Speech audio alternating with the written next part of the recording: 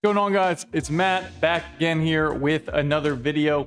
I wanted to do a video today talking about the job search process in medical device sales, because most of the people that come to me, DM me over LinkedIn or call me up on the phone will be saying that they've just searched for job and job and job again, and they can't either figure out which one to go to, or they also, are having trouble actually getting their foot in the door with the job itself.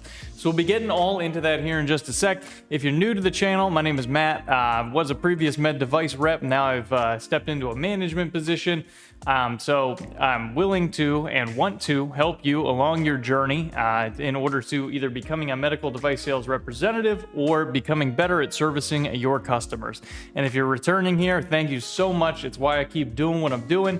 When I get to 1,000 subscribers, I am going to get even like a better camera setup so I can actually do like a 4K camera footage, like a DSLR camera. So I'm excited for that. And then thank you for everything along the way. So without further ado, let's get right into it. So first, you have to do a little soul searching, and you have to figure out what career is actually right for you, which one you actually want to be. And this, you should be looking at a lot of factors, because, some people will say you just got to get that first job no matter what. And while this is true, you also should consider your life factors on if that job is going to be right for you. So you should figure out, at least in your mind, if you want to get into hardware, you want to get into certain types of implants, you want to get into durable medical equipment, pharmaceuticals, capital sales. There's a bunch of things that you actually could be selling in medical device sales. So the world is really your oyster with that and products. So, do a deep dive on what you actually think it is you want to sell, and that will refine your search. So the next thing you want to look at is the size of the company. Generally speaking, when you're first starting out, the larger companies will be a safer bet for you because they'll put a lot of time and investment into you, and you have a very, very good product line most of the time with the larger companies, because they wouldn't have gotten to that level of being so large if they weren't, very good companies to begin with. But with that being said, usually, and some of the time, you can get paid less money to actually work for the larger companies than you do the smaller companies. Because when you think about it, when you work for a larger company, their items usually sell itself because they're just so good. So they more so just need a service rep to service it. So they really don't have to pay you that much in the grand scheme of things to keep their products afloat. If you work for a smaller company, a lot of the times it's going to be harder to get your foot in the door at either hospital systems, physician's office, etc. But you can probably negotiate more points off of that sale in order for you to actually work with them. So, those are two little, like two things of different spectrums that you can look at.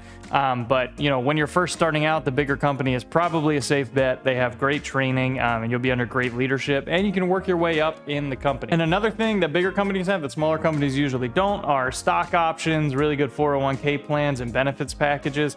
I know when I worked for a larger company, all of those were better than, what I'm getting now. But the trade-off is that, what I'm getting now, I'm obviously getting paid more now where I'm at. I'm much happier where I'm at, working with a smaller group, and I love the people that I work with. So all of that is great for me. So let's say you found a certain company you want to work with, a certain product you want to do. So now you have a list of everybody, all the companies that you think would sell that product that you would even want to work with. The people to reach out to and the people to find out who they are going to be the regional sales directors, regional sales managers, area sales managers, hiring managers, anything that has that manager title for that certain group. These are going to be people that you want to reach out to because they are going to be directly responsible for hiring any kind of new people into that geography. So ways that you can do this is selling. The main thing that they are going to want you for, you're going to have to do in order to figure out who that is.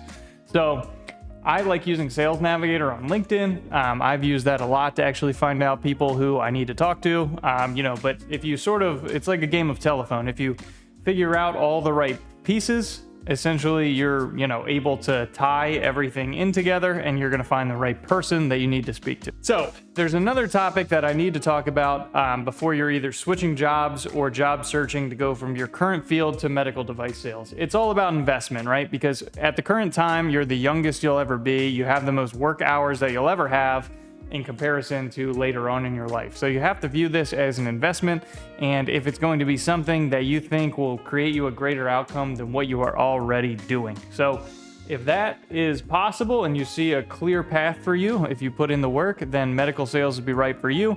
But I do see a lot of people that get into it, realize how time consuming it is, how hard it is, and then they end up going back to what they were doing before. So just, don't waste your time. Don't waste the sales manager's time. Make sure that this is right for you and the thing you want to do. And another thing I will tell you is the grass is not always greener on the other side. I actually went to a company that, was actually like a great company. I don't have any regrets about that. They were all great people. It was a great learning experience, but I just did not enjoy it as much as what I was doing previously. So ultimately I went back to that in a more like managerial position, and I'm extremely, extremely happy that I made that swap, So ultimately make sure that doing this is the right thing for you. And finally, when you're job searching, you want to make sure that you're in either a 1099 role or a W-2 role and know the difference between them. So a 1099 is pretty much an independent contractor. So you are going to be not getting a 401k. You're going to not be getting a car allowance if your company offers one. You're not going to be getting stock options, and you're not going to have taxes taken out of your paycheck. So essentially, like, you work for yourself, but you get to sell this company's products. So if you're a W-2 employee, that means you have access to the company's benefits, company card a lot of times if they have one, stock options, and they're going to be taking taxes out of your paycheck for you to make it easier. So realize which one you're signing up for ahead of time. W-2 employees are the best for a lot of people, but if you're a guy who has a lot of business and you're a full commission sales rep who's been that way for a while, you might be able to get more points with a W-2 strategy.